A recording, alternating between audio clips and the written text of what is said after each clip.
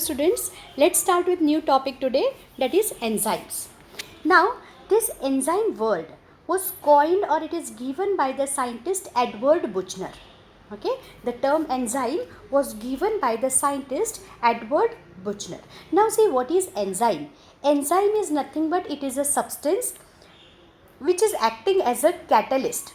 Okay, enzyme is nothing but it is a substance which act as a catalyst. Catalyst means what? A substance which speed up, which accelerate the rate of reaction. It may be biochemical reaction, in chemical reaction, or any type of reaction. Okay, so what is enzyme? Enzyme is a substance which is acting as a catalyst, means it accelerates or it speed up the rate of reaction, whatever the reactions are taking place in an organism. Now, if the enzymes are not present in the cell, see, enzymes are very important. If the enzymes are not present, it means no reaction will be there. And in case if reaction occurs, then it will occur at the slower rate. So, see how enzymes are playing very important role. Enzymes are playing very important role because if enzymes are not there, no reaction will be there in an organism, and if in case any reaction is taking place, it will be at very slow rate. The substance which act upon enzyme. Now see, I'll give you one example. The substance upon which the enzyme act is termed as substrate. Means, I'll give you one example.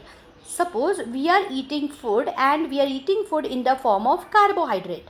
Okay, now when we are eating food, from our mouth, along with the saliva, one enzyme is secreting, that is called as salivary amylase. What is the function of this salivary amylase? This salivary amylase break down this carbohydrate into glucose. Okay, this is the function of this salivary amylase. What is its function? This is enzyme. It breaks the carbohydrate. So this salivary amylase is nothing but enzyme, and carbohydrate on which the salivary amylase is acting. So this carbohydrate is nothing but it is a substrate.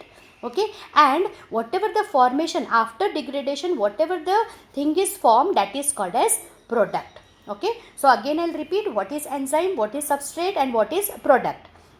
When we are eating food, suppose it is in the form of carbohydrate, the enzyme which is secreted through saliva, that is salivary amylase, functions on this carbohydrate, means now this salivary amylase break down the carbohydrate. So salivary amylase is nothing but it is the enzyme.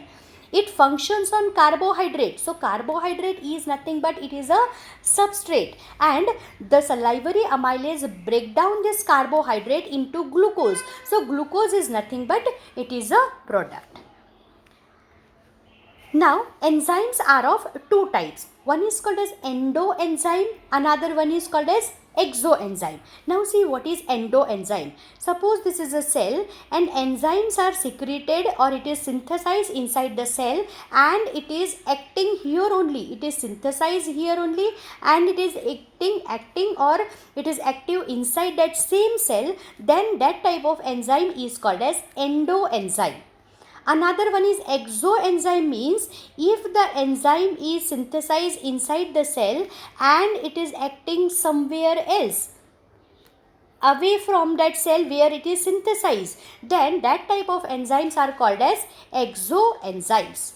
Okay, so there are two type of enzymes. One is endoenzyme, another one is exoenzyme.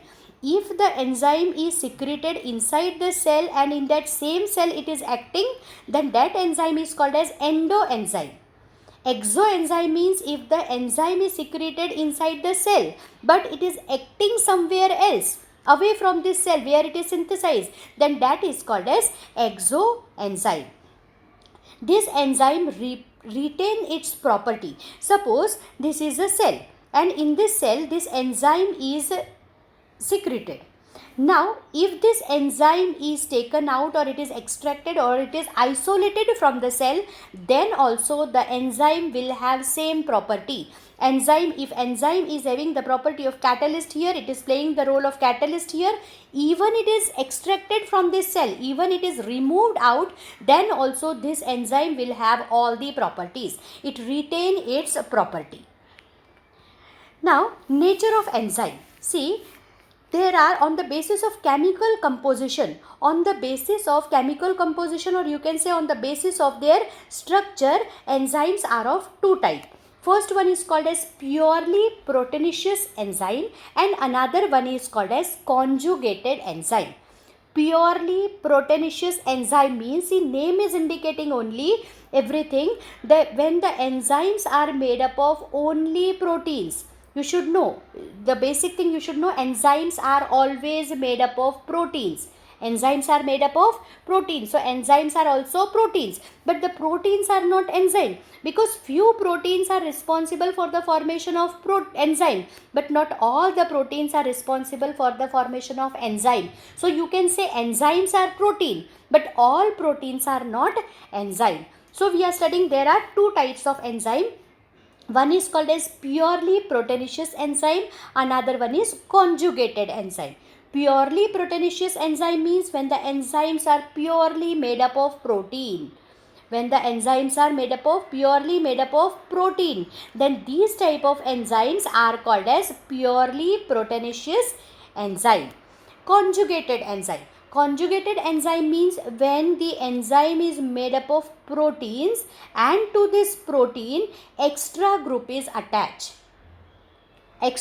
Now this is the protein group and to this non-protein group is attached. Extra group is attached. That non-protein group is also called as prosthetic group.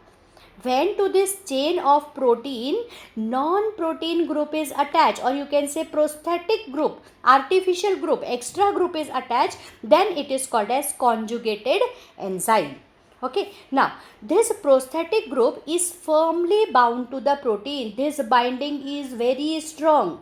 It cannot be removed even by hydrolysis. This bonding cannot be broken. But in case this prosthetic group is removed, if in any case if this prosthetic group is removed, this protein part will become inactive. So in conjugated protein, the protein part need this extra group, that is prosthetic group.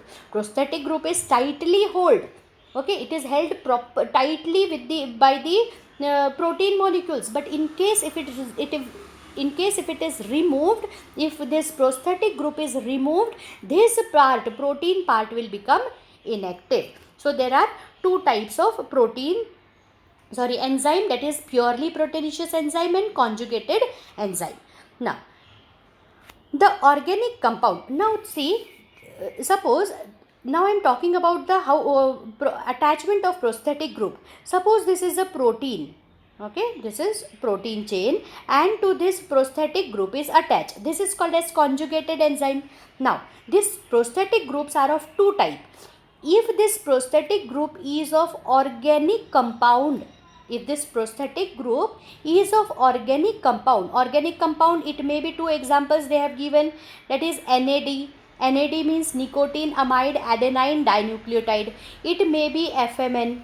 FMN means flavin mononucleotide. So if this protein, to this protein group organic compounds are attached as a prosthetic group, prosthetic group is made up of organic compound only, then this enzyme is called as coenzyme. This enzyme is called as coenzyme. Another example, if to this protein chain the prosthetic group which is attached is of inorganic compound. Organic compound means it is containing carbon atom. Inorganic compound means it is not containing carbon atom. So to this protein chain, if inorganic compound is added as a prosthetic group, then this enzyme is called as cofactor. This enzyme is called as cofactor. So there are two types of, on the basis of prosthetic group, enzymes are of two types. If the prosthetic group which is attached here is organic compound only, that is NAD or FMN, then this enzyme is called as coenzyme. If to the protein group inorganic compound is added as a prosthetic group, that is any metal, it may be copper, zinc, iron, phosphorus, manganese, anything. If any metal is attached, that is any inorganic compound is attached, then that enzyme is called as cofactor.